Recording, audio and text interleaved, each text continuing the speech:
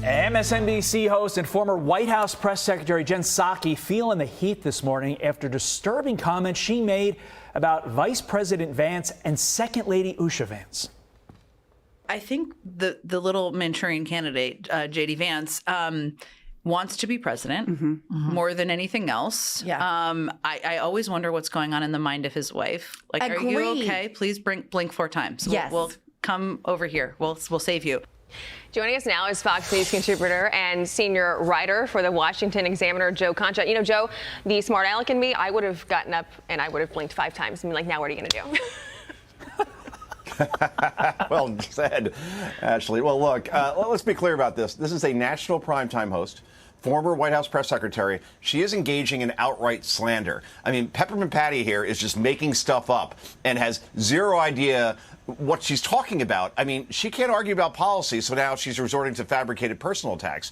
And I would say, well, she should apologize, but that's simply not in her DNA. And remember, this is a former press secretary who once said that Republicans want to defund the police. She insisted the border was safe and secure under Joe Biden. She said when inflation was above 9%, that it was Vladimir Putin's fault. Remember the Putin price hike? That was her narrative. And she said she couldn't keep up with Joe Biden when he was president because he was so vigorous and sharp.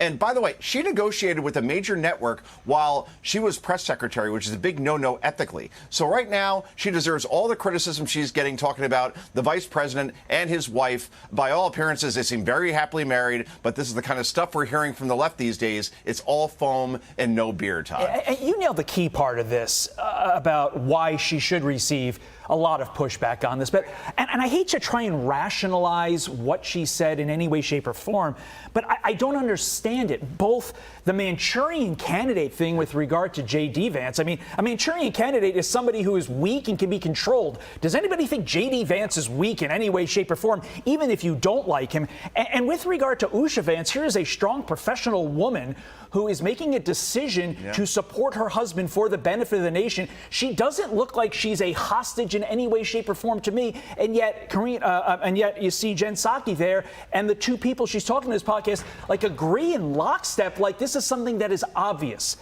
What are your thoughts?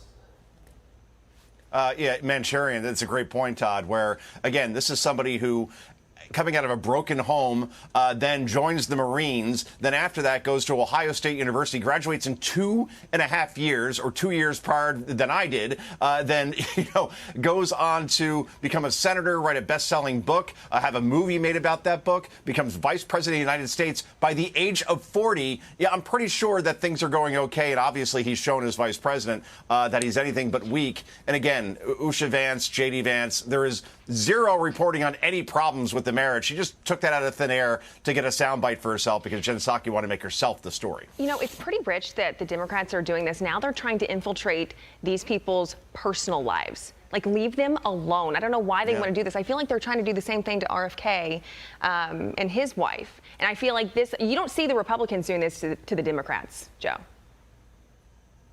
Oh, yeah, of course, because Republicans seem to want to talk about policy and things that matter to the American people. When you get personal, you're losing the argument. And you're so right about RFK Jr. and Cheryl Hines. That's always a big topic of conversation as well. I just think that we should be above this sort of stuff. But as we saw during the No Kings protests, where a woman literally was mocking Charlie Kirk being shot in the neck, you had people, several on interviews now we're seeing emerging, of people wishing death on the president, on the vice president.